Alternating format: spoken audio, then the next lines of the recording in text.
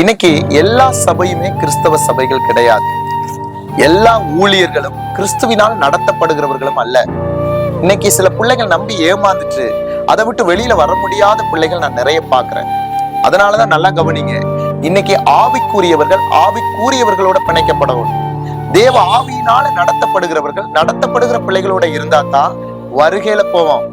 மத்தபடி எல்லா கிறிஸ்தவர்களோடையும் இன்னைக்கு உலகத்தோட இருக்கிறவர்களோட இன்னைக்கு ஒத்த வேஷம் தரிச்சிட்டீங்கன்னா இங்க வேணா இருக்கலாமோ ஒழிய பரலோகத்துக்கு போக முடியாது. ஏன்னா இந்த எரேமியா உங்களுக்கு தீர்க்கதரிசன புஸ்தகம் 6வது அதிகாரம் 29, 30 படிங்கம்மா.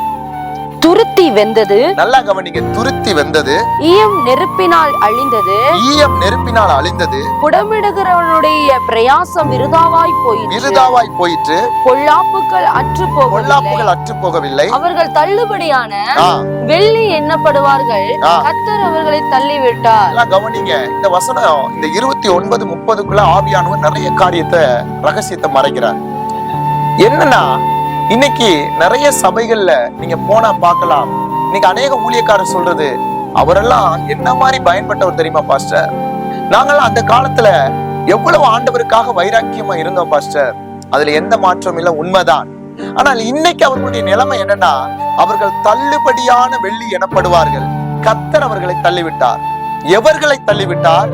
இன்றைக்கு ஆண்டவருடைய சித்தத்தை விட்டு பணத்துல போனவர்கள், பொருளாசையை சாய்ந்து போனவர்கள், பெருமையை விரும்பினவர்கள், தற்பெருமையை விரும்பினவர்கள், இன்றைக்கு மந்தைகளை மேய்க்காதபடி இன்னைக்கு அவர்களுடைய பார்வைகள் ஆவிக்குரிய மனக்கண்கள் இருளடைந்து போனவர்கள்.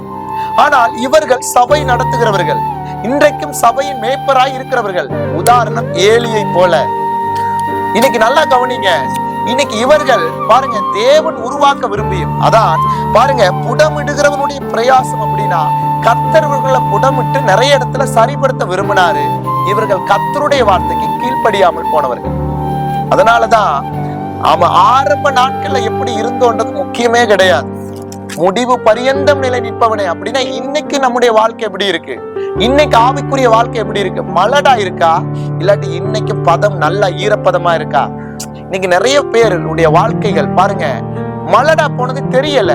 ஆனா வண்டி எப்படி ஓடுதுன்னா, நாங்க யார் தெரியுமா பாஸ்டர், எங்களை எல்லாம் ஆரம்ப நாட்கள் எப்படி இருந்தோன்னு வந்து கேட்டு பாருங்க, அதுல என்ன பிரயோஜனம்?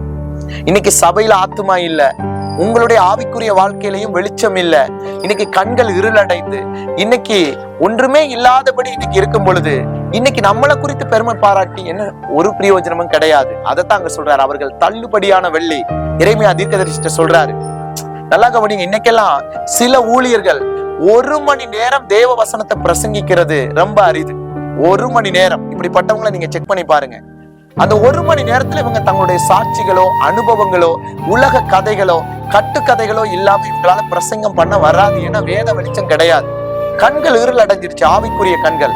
அதான் ரோமர்ல படிக்கிறோம்ல, அவர்கள் கர்த்தரை துதிக்காமலும் கர்த்தருக்கு நேரம் கொடுக்காமல் இருந்ததால அவர்களுடைய இருதயம் எப்படி ஆயிடுச்சு, இருள் அடைந்துருச்சு.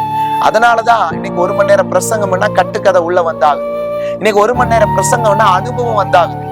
அவர்கள் தள்ளுபடியான வெள்ளிதான் தள்ளுபடி ஆயிடுச்சு. அப்படின்னா கர்த்தர் தள்ளிட்டாரு, ஆனா லைன்ல இருக்கிறாரு, ஏற்ற நேரம் வரும், அப்ப களத்துல சேர்த்துருவாரு, எங்க அக்கினிக்கு. அதனாலதான் ரொம்ப எச்சரிக்கையாயிருங்க. ஆவியில அனலா இருக்கிற சபைகளை பார்த்து அங்க போங்க, உங்க ஆத்மாவை காத்து கொள்ளுங்க. எல்லாமே பாசம், அவங்க ஒயிட் கலர் ஷர்ட் தான் போட்டிருக்காங்க. அதனாலதான் அவங்க உலகத்தோட இருக்கிறத அவங்கள வேறுபட்டு வர முடியல.